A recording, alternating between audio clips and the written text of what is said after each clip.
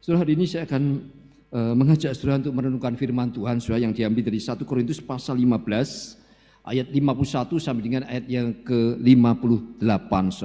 Saudara, saya diberikan tema yang jarang dibahas dalam ibadah hari Minggu karena mungkin tema ini dianggap tabu saudara untuk dibicarakan selain pada saat-saat kebaktian pemakaman atau kebaktian penghiburan.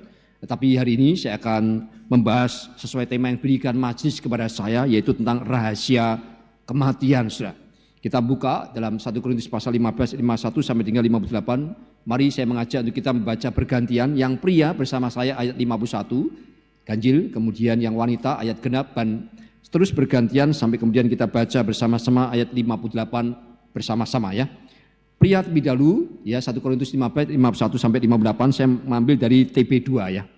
Sesungguhnya aku menyatakan kepadamu suatu rahasia. Kita tidak akan mati semuanya, tetapi kita semuanya akan diubah. Ayat 52 yang wanita.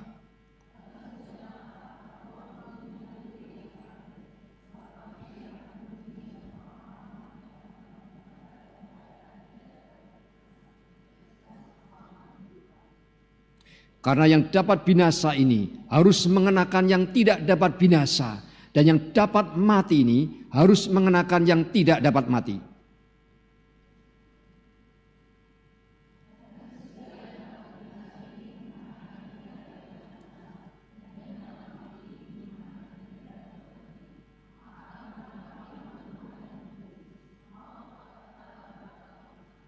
Hai maut, di manakah kemenanganmu? Hai maut, di manakah sengatmu?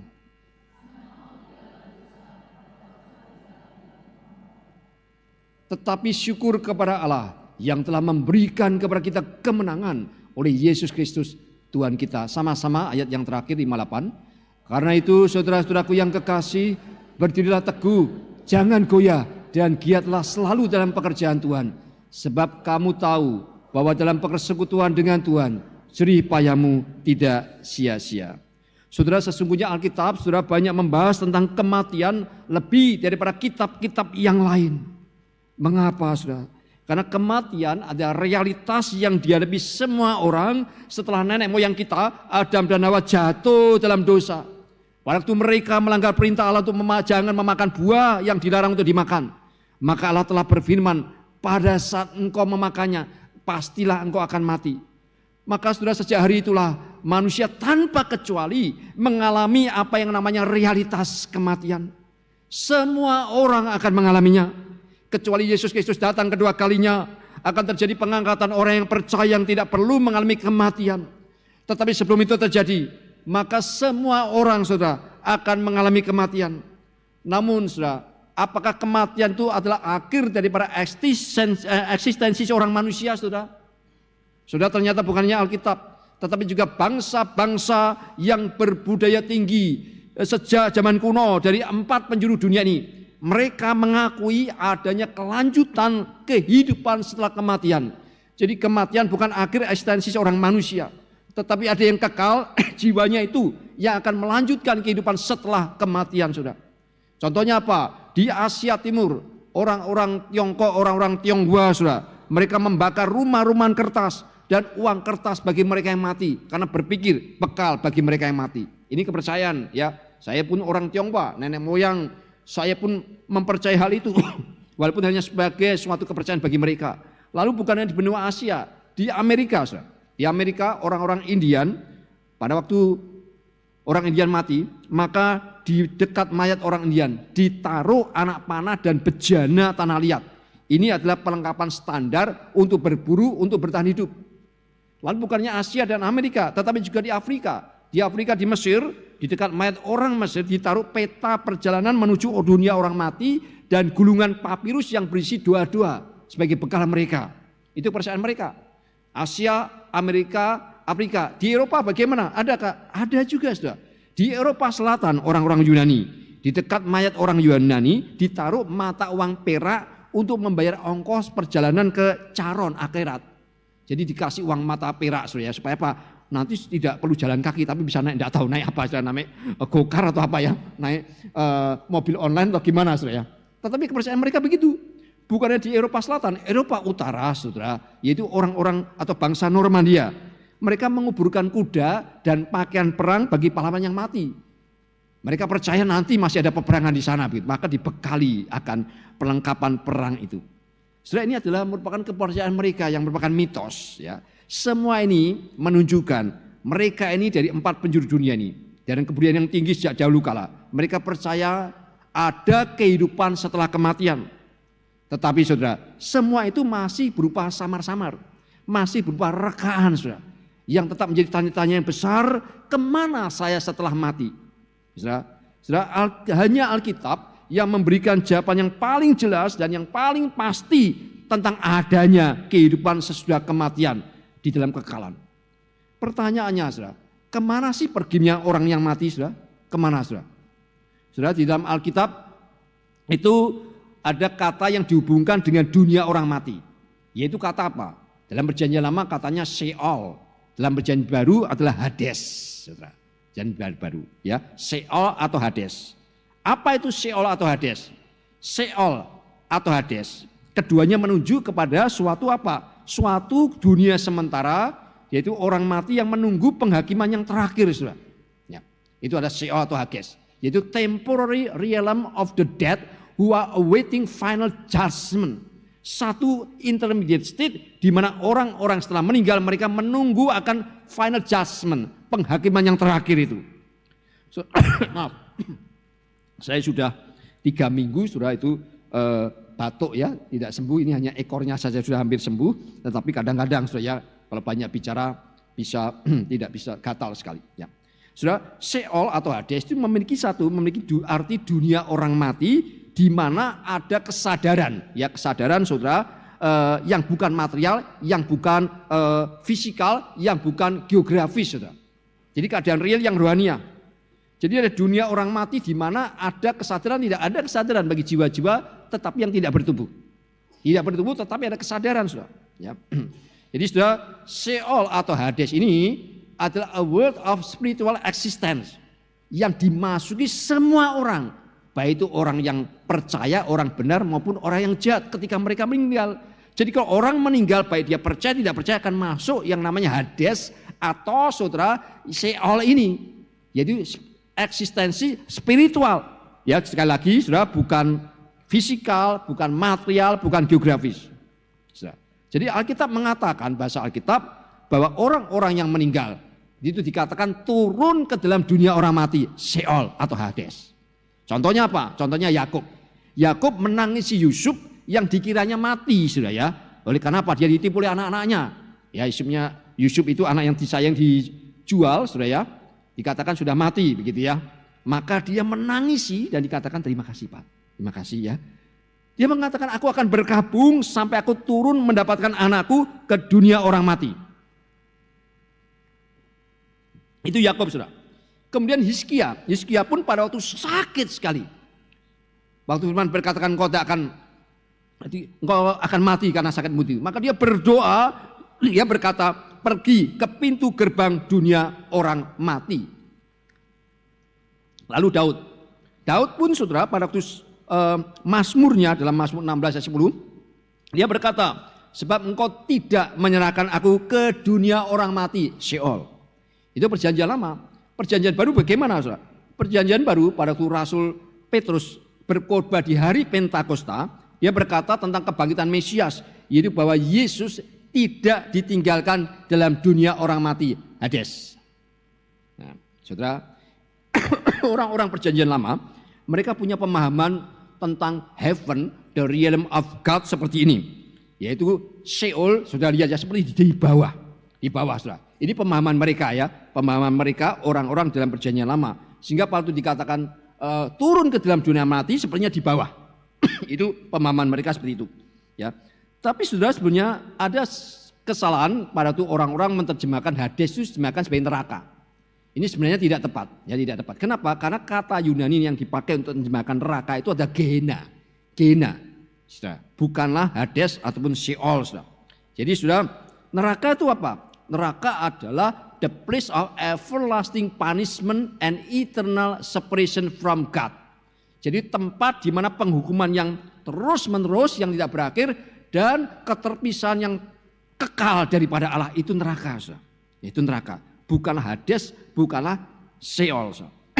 Jadi sekarang kita melihat ada tidak perbedaan makna kematian bagi orang percaya dan bagi orang tidak percaya? Saudara. Ada ya saudara? Ya saudara, Lukas pasal 16 ayat yang ke-19 ayat 31 itu mengatakan Yesus mengisahkan tentang orang kaya yang tidak percaya dengan Lazarus yang miskin.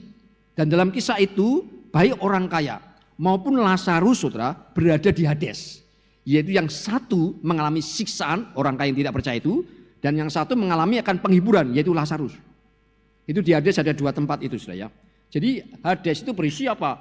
Berisi baik a place of torment maupun a place of great blessing. Tempat akan siksaan, tempat penderitaan maupun tempat berkat yang besar saudara. Itu adalah setelah orang meninggal. Ya.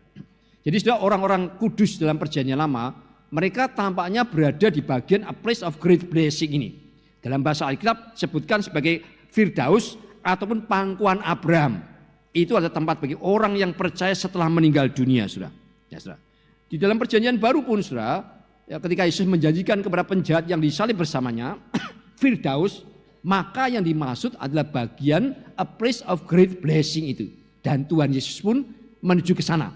Dia berkata kepada salah seorang yang disalib bersama dengan dia, penjahat itu, pada hari ini juga engkau akan bersama-sama aku di dalam Firdaus. Ini orang pertama saudara yang masuk surga itu, yang masuk pangkuan Abraham, Firdaus bersama dengan Tuhan Yesus. Saudara. Kenapa? Karena dia dengar khotbah Yesus yang pendek, khotbah 7 perkataan salib.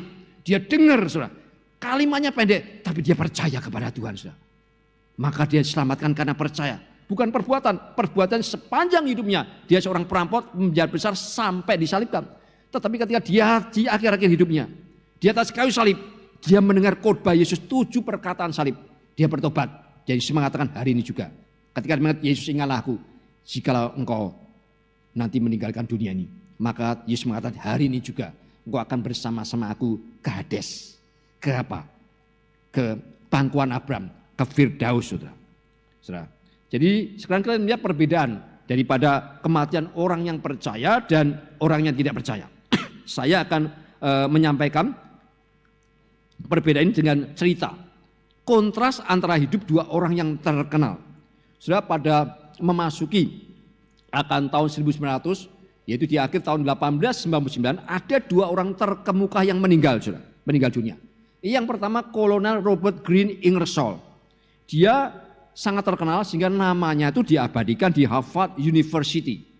Ya, saudara. Dan memiliki nickname, nama panggilan adalah The Great Agnostic. Kenapa dia dijuluki The Great Agnostic? Karena pemikirannya yang menyanggah Alkitab. Dia menentang Alkitab. Dia tidak percaya kepada Tuhan Yesus. Saudara. Dan pada tahun 1899 Ingersoll itu mendadak meninggal dunia. Ya, pada tahun itu saudara. Dia meninggalkan keluarganya, anak dan istrinya yang tidak siap dalam keadaan yang benar-benar hancur. Istrinya begitu sedih sehingga tidak mengizinkan mayat suaminya diambil dari rumah sampai kesehatan keluarga itu mengharuskan dikeluarkannya jenazah itu. Jadi jenazahnya kemudian dikremasi. Itu tidak biasa pada masa itu. Dikremasi dan pemakamannya menjadi tempat ditunjukkannya kekecewaan dan putus asa yang hebat sekali. Tokoh kedua yang meninggal pada tahun yang sama, 1899, itu adalah Dwight Lyman Moody yang dikenal dengan nama D.L. Moody. Penginjil besar Amerika yang membawa jutaan orang percaya kepada Yesus Kristus. Ya, kesehatan Moody itu telah memburuk selama beberapa waktu dan keluarganya telah berkumpul di sekitar pembaringannya, saudara. Dan pada hari terakhir, hanya 1 hari setelah Natal, saudara, anaknya mendengar. Dia berseru, bumi menyusut, surga terbuka, Allah memanggil. Ya, ayah bermimpi ya. Moody menjawab, tidak Will. Dia berkata pada anaknya, Will Moody. Itu bukan mimpi. Ayah telah berada di dalam gerbang. Ayah telah melihat wajah anak-anak. Kemudian tampak Moody sedikit membaik. Tetapi kemudian sudah kondisinya memburuk lagi. Dan dia berkata, inikah kematian itu? Ini tidak buruk. Ini tidak ada lembah. Ini adalah kebahagiaan. Ini mulia. Maka melihat kondisi papanya yang sudah mulai semakin memburuk, maka putrinya mulai berdoa agar Tuhan menyembuhkan dia. Tapi Moody berkata, jangan Emma, jangan berdoa untuk itu. Allah sedang memanggil. Ini adalah hari penobatan Allah, ayah sudah lama menantikannya. Dan saudara, itulah nafas terakhir Moody di bumi ini. Setelah Moody meninggal, maka pemakamannya adalah tempat dinyatakannya kemenangan, dinyatakannya sukacita. Mereka yang hadir menyanyikan lagu-lagu pujian kepada Tuhan seperti tadi di dalam 1 Korintus 15. Hai maut, di manakah kemenanganmu? Mereka berseru dengan iman kepada Yesus Kristus. Hai maut, di manakah sengatmu? Saudara, kontras kematian antara Ingersoll dengan Moody, antara orang tidak percaya dengan orang yang percaya pada Kristus, bukan hanya menunjukkan nilai iman Kristen, tetapi juga membuktikan betapa pentingnya bagi orang-orang Kristen untuk mempersiapkan diri menghadapi saat-saat terakhir hidupnya. Orang yang bijak adalah orang yang selalu mempersiapkan masa depannya. Kenapa kita punya tabungan? Kenapa kita tidak habiskan milik kita semuanya hari ini, tetapi kita punya investasi ke masa depan? Kenapa, saudara? Karena kita memikirkan masa depan kita. Banyak orang begitu bijaknya memikirkan masa depan di atas muka bumi ini, tetapi lupa memikirkan masa depan yang jauh sampai kekekalan, saudara. Banyak orang tidak berani memikirkan dan mempersiapkan kelanjutan kehidupannya di dalam kekekalan, saudara. Maka kisah kontras ini mengajarkan kita bagaimana pentingnya bagi orang-orang Kristen bagi saudara sekalian yang hadir, baik melalui siaran secara online maupun onsite dalam gereja, untuk mempersiapkan diri menghadapi saat-saat terakhir hidup kita. Bagi orang yang tidak percaya, kematian adalah akibat buruk daripada dosa, saudara. Kematian adalah kegelapan yang mengerikan, saudara. Kematian adalah batas akhir kesempatan untuk pertobatan, saudara. Sebaliknya, bagi orang yang percaya, Alkitab memberikan jaminan dalam Mazmur 116 ayat 15 berkata, berharga di mata Tuhan kematian semua orang yang dikasihinya. Saudara, ini satu janji Tuhan yang begitu ajaib dan luar biasa. Banyak orang yang menghindari istilah-istilah yang dihubungkan dengan kematian. Orang-orang Tionghoa, saya orang Tionghoa, menghindari kata-kata yang bisa diasosiasikan dengan kematian. Huruf atau angka 4, saudara. Maka kalau kita lihat tidak ada lantai 4, tidak ada rumah nomornya 4, saudara ya. Kalau misal lift 1, 2, 3 langsung loncat 5 atau 3A. Hindari 4. Kalau dapat nomor HP 4, waduh, ya enggak mau, saudara. Nomor HP saya dari dulu itu banyak nomor 4-nya, saudara ya, banyak se-nya. Kenapa? Karena bagi saya justru melalui kematianlah kita mendapatkan hidup yang kekal. Melalui kematianlah keajaiban terbesar, kematian Yesus Kristus, kita dihindarkan daripada kematian kekal, tetap mendapatkan hidup yang kekal. Saudara, berharga di mata Tuhan kematian semua orang yang dikasihinya. Itu berarti kehidupan orang percaya adalah kehidupan yang terjamin. Bukan hanya hidupnya saja, tetapi setelah mati pun Tuhan menjamin dirinya. Berharga di mata Tuhan kematian semua orang yang dikasihinya.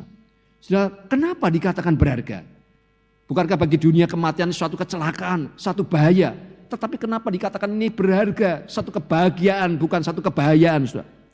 Saudara, ayat Mazmur ini menunjukkan bahwa orang-orang percaya yang sedang menjelang kematian memperoleh perhatian yang khusus daripada Tuhan.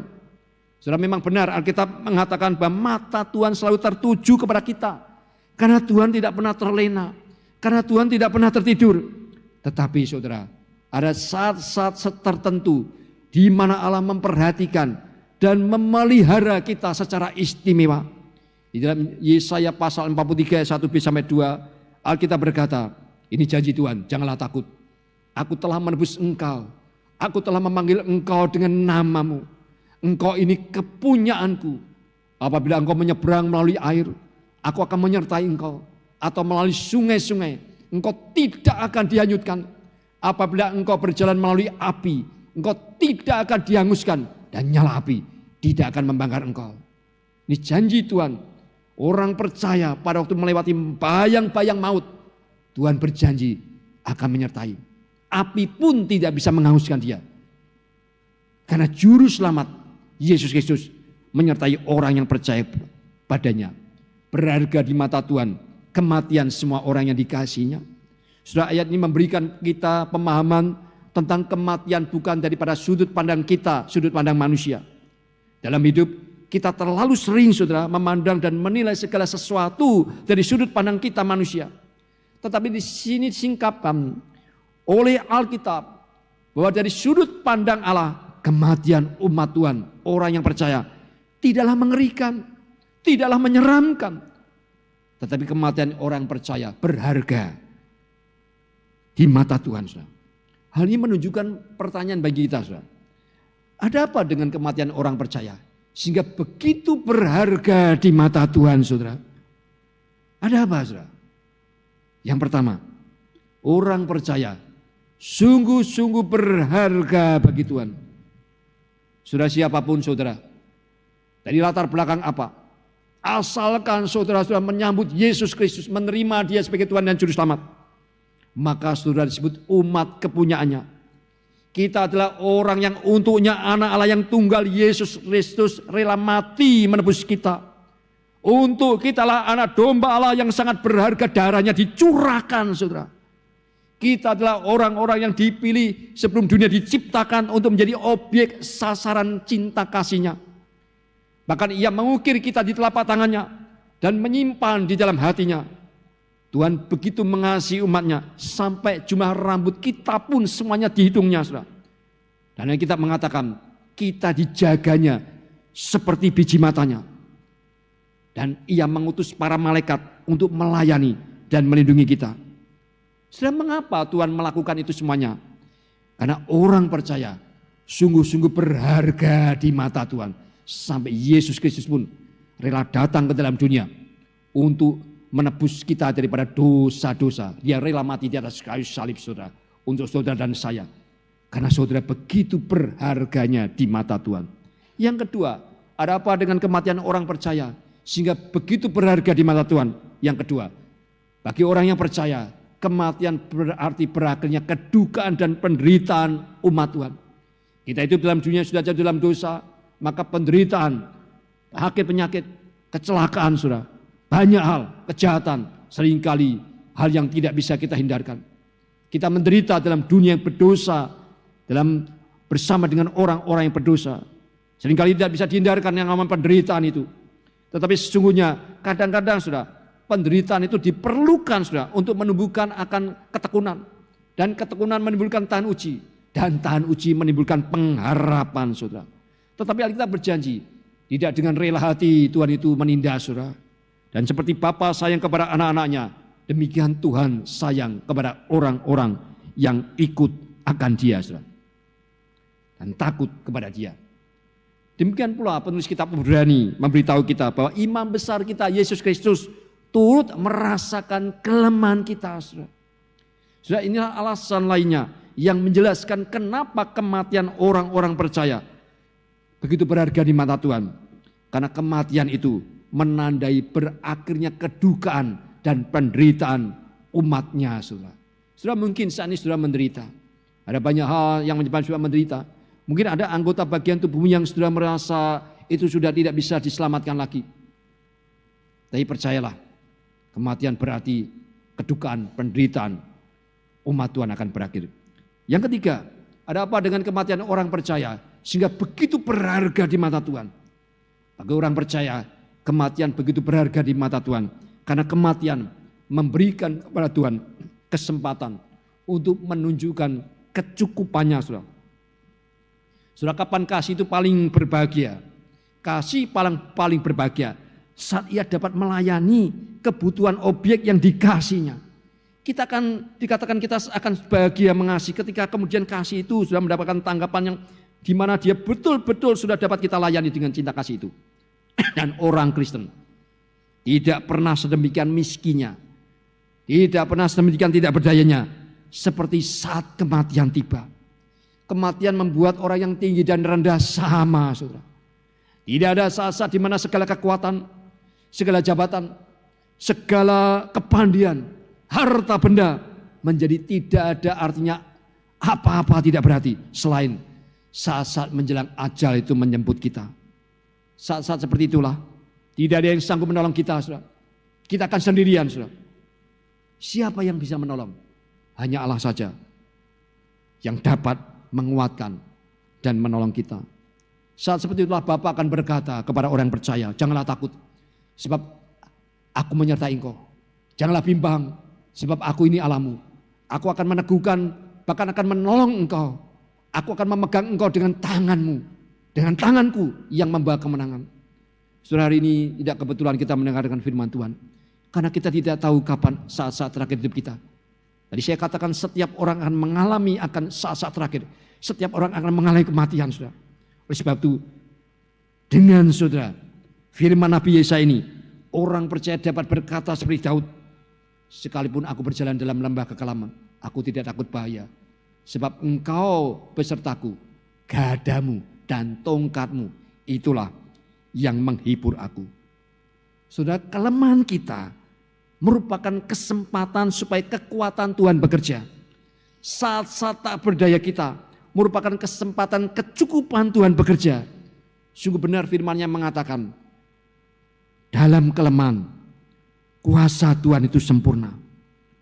Dan kematian orang-orang percaya berharga di mata Tuhan. Karena pada saat-saat seperti itulah orang-orang percaya merasakan kasih, merasakan anugerah, merasakan kesetiaan dan kuasa Tuhan yang sempurna bagi kita. Karena kita tidak berdaya apa-apa. Di situ kita hanya berserah kepada Tuhan. Aku berserah kepada Yesus Juru Selamatku.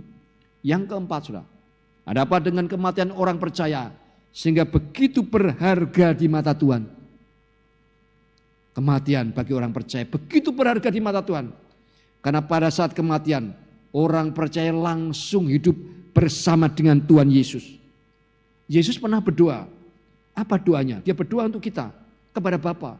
Dia pernah berdoa, saudara, ya Bapa, aku mau, aku ingin, aku kehendaki supaya dimanapun aku berada, mereka yang percaya kepadaku, mereka juga bersama-sama dengan aku. Mereka yang telah engkau berikan kepadaku, agar mereka memandang kemuliaanku. Yesus berdoa supaya orang-orang percaya pada dia, bersama dengan dia, memandang wajah Tuhan. Itu artinya berkat yang limpah, damai sejahtera diberikan. Maka ketika Tuhan Yesus melihat umatnya memasuki pintu gerbang surga, setelah kematian itu, maka dia melihat doanya kepada Bapa dijawab. Dan dia pun berbahagia. Oleh karena itu kematian umat Tuhan berharga di matanya. Karena hal itu mendatangkan sukacita bagi Tuhan Yesus. Meskipun bagi dunia kematian tampak kelam, tampak suram. Tetapi kematian merupakan keadaan yang bersinar terang di mata Tuhan. Berharga, terhormat, sukacita, terang di mata Tuhan. Kematian semua orang yang dikasihinya. Saya akan mengakhiri khotbah ini dengan bagaimana kita mempersiapkan diri menghadapi kematian, saudara. Ini yang penting karena setiap orang tidak akan bisa menghindari saat-saat terakhir hidupnya. Saya akan menyampaikan sebuah kisah nyata supaya saudara punya gambaran, saudara. Ada seorang saudara senior pastor dari sebuah gereja di South Carolina di Amerika Serikat, Richard D. Phillips, saudara. Dia pernah menceritakan bagaimana Tuhan memberi dia hikmat dan memberi dia kesempatan untuk mempersiapkan seorang rekan diaken gerejanya untuk menghadapi kematian. Diaken itu majelis. Diaken ini seorang yang cinta Tuhan. Dia mencintai Tuhan, dia mencintai sama, dia mencintai gereja. Dia begitu menghormati hamba Tuhan, mengasihi hamba Tuhan. Dia begitu rajin melayani. Dan kerohanian dia bertumbuh. Saudara. Dan dia begitu diberkati oleh Tuhan. Tetapi kemudian, karena dia hidup dalam dunia suatu dalam dosa begitu banyak penyakit. Dia akan didiagnosa menderita kanker tenggorokan, nasofaring cancer. Selama 2 tahun dia menjalani kemoterapi dan radiasi. Dan selama masa-masa itu sempat dikatakan sembuh. Tetapi kemudian kambuh lagi. Lalu di kemo lagi. Diradiasi lagi sampai berkali-kali. Sampai kemudian datang laporan medis yang ditakuti itu. Tidak bisa lagi dilakukan kemoterapi. Tidak bisa lagi dilakukan radiasi. Lalu ia dan istrinya datang menemui pendeta Philip. Dan pendeta Philip tergerak untuk oleh pimpinan Roh Kudus. Tergerak dengan tulus, dengan berani mengatakan, baik sekarang marilah kita mempersiapkan kematian Anda. Meskipun kata-kata ini begitu berani, ternyata suami istri sangat luwes menanggapi tawaran sang pendeta. Maka selama 6 bulan pendeta Philip melayani pria itu sebelum kematiannya. Mereka sering bertemu di taman, di kafe, saudara, di rumah, membahas apa? Membahas Alkitab dari Mazmur nomor 23. Mereka bersama-sama merenungkannya. Mereka bersama-sama mendoakannya, bersama-sama mendiskusikannya. Sampai iman sang diakon ini siap. Dia mengerti apa makna kematian bagi orang percaya. Dia persiapkan. Meskipun dalam salah satu pertemuan, dia pernah bertanya, Pak Pendeta, seperti apa kematian itu? Seperti kebanyakan daripada kita, saudara. Ia takut terhadap pengalaman aktual daripada kematian, itu manusiawi. Apa yang paling takut di manusia adalah sesuatu yang dia tidak tahu. Ketidaktahuan, saudara. Itu menimbulkan ketakutan, menimbulkan kecemasan. Bagaimana jawab sang pendeta? Dia mengatakan, saya tidak tahu. Tetapi yang saya tahu, Juru Selamat saya, Yesus Kristus, berjanji akan menyertai kita. Saudara, ketika sampai pada kematian, kita ini seperti domba yang tidak mau berjalan di lembah yang gelap gulita. Domba tidak suka pergi ke tempat-tempat seperti itu. Tetapi kenapa harus pergi juga? Kenapa? Karena sang gembala menyertai mereka. Hal yang sama sudah berlaku bagi kita. Kita memang tidak tahu sudah seperti apa itu kematian karena tidak pernah mengalaminya. Tetapi gembala kita Yesus Kristus akan bersama kita di dalam pelayanan Roh Kudus. Gadanya, senjata untuk perlindungan akan mengusir semua yang kita takuti. Tongkatnya akan menarik kita melewatinya, saudara. Tuhan Yesus, gembala kita, akan menyertai kita di dalam lembah bayang-bayang maut. Saudara, kematian memang nyata. Kematian musuh kita. Kematian seharusnya menyakitkan bagi kita dan memang demikian. Kematian itu sering kali menyakitkan. Tetapi puji Tuhan, kematian telah dikalahkan oleh Yesus Kristus melalui kematiannya. Melalui matinya Yesus maka kematian dimatikan, saudara. Dan bukan itu saja, Yesus bangkit. Dan dia berjanji akan menyertai orang yang percaya pada saat kita melewati lembah bayang-bayang maut. Oleh sebab itu hanya orang yang percaya yang bisa berseru bersama Rasul Paulus. Hai maut, di manakah kemenanganmu? Hai maut, di manakah sengatmu? Sengat maut ialah dosa dan kuasa dosa ialah hukum Taurat. Tetapi syukur kepada Allah yang telah memberikan kepada kita kemenangan oleh Yesus Kristus Tuhan kita. Sudah tidak pernah ada satu orang pribadi yang sanggup mengalahkan kematian. Hanya satu pribadi, Yesus Kristus. Yesus Kristus tidak menjanjikan akan kematian. Kematian bukan akhir daripada orang percaya. Kematian justru satu awal di mana kita akan mendapatkan hidup yang sesungguhnya. Yesus tidak mengingkari kematian, tapi Yesus memasukinya. Dia mati, tapi dia mengalahkan kematian itu dengan kebangkitannya pada hari yang ketiga. Maka kepada pribadi seperti inilah kita bisa menyerahkan hidup kita. Kita bisa mempercayakan nyawa kita. Kita bisa menyerahkan masa depan kita di dalam kekekalan, saudara. Charles Spurgeon, dia pernah mengatakan, apakah kematian itu? Kematian itu adalah ruang tunggu di mana kita mengenakan jubah untuk kekekalan. Itulah tempat di mana tubuh seperti Esther memandikan dirinya sendiri di dalam rempah-rempah yang memungkinkannya untuk layak berada di dalam pelukan Tuhannya. Saudara, orang bijaksana akan berdoa seperti Mazmur 39 ayat 5. Ya Tuhan, beritahukanlah kepadaku ajalku dan apa batas umurku supaya aku menyadari betapa fananya aku. Saudara, apa yang kita punya itu adalah fana. Kekayaan, pengalaman, kepandaian, jabatan, apapun tidak bisa kita bawa ke dalam dunia yang akan datang.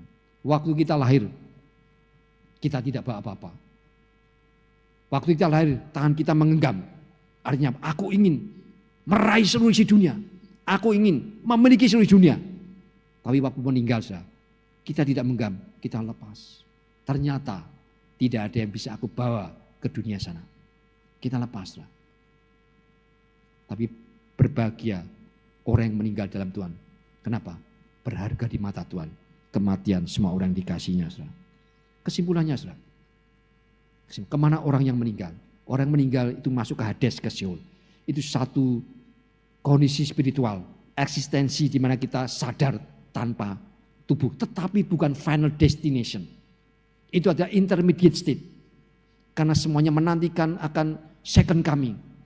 Menantikan kedatangan Yesus yang kedua kalinya. Final destination kita, final tujuan akhir kita, seperti dikatakan kitab, ada new heaven and new earth. Langit yang baru dan bumi yang baru.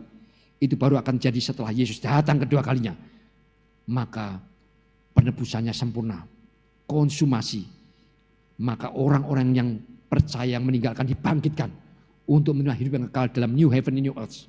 Kita akan diberikan tubuh kemuliaan. Kita akan bertumbuh kembali tetapi tubuh kemuliaan. Kalau tadi kondisi tidak bertumbuh tapi ada kesadaran penuh. Itu orang meninggal. Tapi ketika second kami Yesus datang kedua kalinya. Kita akan berikan tubuh kemuliaan. Kita akan di dalam langit yang baru dan bumi yang baru bersama dengan Tuhan. Tidak ada lagi tangisan, tidak lagi sakit penyakit, tidak lagi kematian. Yang ada hidup yang sukacita, yang damai sejahtera. Kesimpulan apa, saudara? Saya memberikan kesimpulan dengan sebuah gambaran, dua buah gambaran. Tadi bagi seperti orang seperti Ingersoll, walaupun dia orang yang sangat berjasa sampai kemudian diabadikan namanya di Harvard University. Tapi saudara, bagi orang yang tidak percaya, kematian itu bagikan seorang penjahat yang datang di malam hari pada saat yang tidak kita duga, pada saat yang tidak kita inginkan, tiba-tiba mengambil milik kita yang berharga. Dan kita masuk dalam kengerian yang tidak ada habisnya bagi yang tidak percaya. Tetapi bagi orang yang percaya, seperti D.L. Moody, kematian itu bagikan mempelai laki-laki yang memanggil dan menjemput mempelai wanita. Panggilan yang penuh dengan kelembutan, yang penuh dengan kasih. Yesus Kristus adalah mempelai laki-laki. Dan orang yang percaya pada dia, kita mengatakan mempelai wanitanya. Yesus akan memanggil, menyambut mempelai wanitanya. Panggilannya begitu lembut, penuh dengan cinta kasih. Dia pernah berkata, marilah kepadaku semua yang letih lesu dan beban berat. Aku akan memberikan kelegaan kepadamu. Pikulah aku yang kupasang dan belajarlah padaku. Karena aku lemah lembut dan rendah hati dan jiwamu akan mendapatkan ketenangan. Bagi orang percaya, saudara, kita tidak perlu takut kepada kematian. Karena kita sudah punya jaminan. Penebus kita, juru selamat kita sudah mengalahkan yang namanya mati, maut itu. Dia akan menyertai kita dengan gadanya. Mengusir semua yang menakutkan kita. Dengan tongkatnya dia akan menuntun kita di jalan yang menuju kepada kebahagiaan, damai sejahtera, dan sukacita yang kekal. Saudara, saya tidak tahu apakah sudah sungguh-sungguh sudah menerima Tuhan Yesus sebagai Tuhan dan Juru Selamat. Maukah saudara menjadi orang bijak yang mempersiapkan masa depanmu yang melampaui hidupmu di muka bumi ini sampai kepada kekalan. Hidup di muka bumi ini tidak ada apa-apanya dibandingkan kekalan. Saudara. Kita mungkin bisa hidup sampai 120 tahun. Itu usia manusia yang bisa paling panjang. Tetapi kekalan terus panjang, saudara. Apakah kita mau mengorbankan kehidupan kita di dalam kekalan dengan kehidupan yang sembarangan di muka bumi ini? Orang yang bijak, persiapkan dirimu. Mari saudara, hari ini bukalah hatimu. Terima Tuhan Yesus dan Juru Selamat. Saya baru mendengar ada orang yang tiba-tiba meninggal dunia. Sehat, kena serangan jantung 11 bulan 11. Di mana banyak sel, ya kan? Tapi justru saya mendengar dia meninggal mendadak. Sehat. Kita tidak tahu akhir hidup kita saat-saat lagi Tuhan. Tetapi yang paling bijak, saat ini jangan tunda. Persiapkan dirimu menghadapi saat-saat terakhir. Caranya bagaimana? Serahkan hidupmu kepada Tuhan Yesus. Bukalah hatimu. Terimalah dia sebagai Tuhan dan Juru Selamat.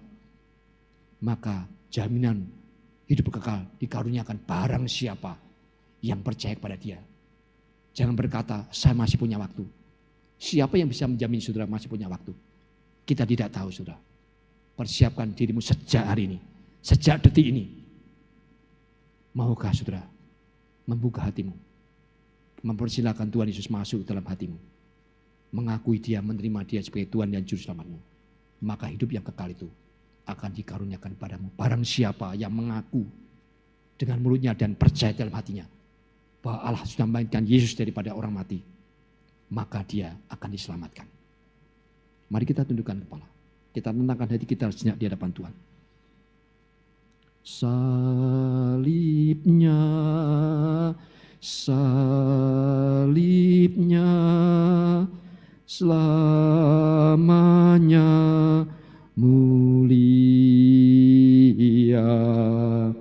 Dosaku dihapuskan oleh darah Yesus. Saudara, kita renungkan sejenak firman Tuhan saudara yang sudah disampaikan oleh hambanya.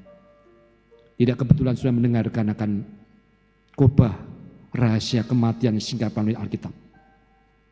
Tahukah saudara, hidup nanti akan berakhir ketika engkau meninggalkan dunia ini.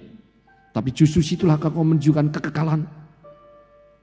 Jiwamu adalah jiwa yang kekal. Saudara pernah ada di muka bumi ini, pernah dilahirkan. Maka bagi mereka yang dilahirkan, mereka tidak pernah tidak ada lagi. Mereka akan memasuki kekekalan setelah mereka meninggalkan dunia ini. Mau kemanakah saudara mbah hidupmu dalam kekekalan? Maukah saudara persiapkan dirimu sejak engkau masih memiliki kehidupan? Mau menuju kemana dalam kekekalan? Hari ini sudah mendengar firman Tuhan. Karena begitu besar kasih Allah akan dunia ini, sehingga Ia mengaruniakan anak tunggal Yesus Kristus, supaya setiap orang yang percaya pada Dia, Yesus Kristus, tidak binasa, melainkan beroleh hidup yang kekal. Hari ini, maukah saudara persiapkan dirimu? Siapa yang berkata, Tuhan, saya orang berdosa, ampuni saya. Saya mau persiapkan diri saya di dalam kekekalan. Saya tidak ingin kematian seperti seorang penjahat yang ibadah datang pada malam hari yang pada saat yang saya tidak duga. Yang saya katakan saya masih banyak pekerjaan, banyak yang harus saya lakukan, tetapi kematian yang merenggut hal yang paling berharga. Tetapi saya mau Tuhan, kematian bagi mempelai laki-laki yang datang memanggil saya, menjemput saya dengan panggilan lembut, panggilan yang penuh kasih Yesus Kristus. Siapakah yang berkata, Tuhan ampuni saya? Hari ini saya menerima Engkau sebagai Tuhan dan Juru Selamat. Angkat tangan saudara tinggi-tinggi, saya akan berdoa buat Engkau. Puji Tuhan, puji Tuhan, puji Tuhan, di bawah, di atas, di balkon. Puji Tuhan, angkat saudara tinggi-tinggi. Tuhan ingin melihatnya. Tuhan ingin mengulurkan tangannya, memegang tanganmu yang kau angkat. Tangan tinggi-tinggi saudara. Puji Tuhan, puji Tuhan, puji Tuhan, puji Tuhan, puji Tuhan, puji Tuhan, puji Tuhan, puji Tuhan. Turunkan tangan saudara. Mari kita berdoa. Tuhan, hari ini Engkau melihat tangan-tangan yang diacungkan. Kami sadar hidup kami sementara. Meskipun kami menjaga kesehatan, menjaga apapun, tetapi kami sadar suatu hari hidup kami akan berakhir. Tuhan, Kau sudah melihat tangan-tangan yang diangkat. Biarlah Tuhan ulurkan tangan Tuhan yang tidak kelihatan tapi penuh kuasa itu. Telilah hati mereka, sambutlah iman mereka, karuniakan iman kepercayaan pada Yesus Kristus sebagai Tuhan dan Juru Selamat. Sebagaimana janjimu, barang siapa percaya dalam hatinya dan mengaku dengan mulutnya bahwa Allah telah membangkitkan Yesus daripada kematian, maka dia diselamatkan. Karuniakanlah iman yang sejati bagi mereka yang mengangkat tangan Tuhan. Pelihara akan kehidupan mereka dan berikanlah jaminan yang kekal, hidup yang kekal bagi mereka yang percaya. Terpujilah namamu dan berbahagialah orang berharga di mata Tuhan, mereka yang mati di dalam nama Tuhan. Terpujilah namamu, demi nama Yesus Kristus kami berdoa dan percaya. Amin.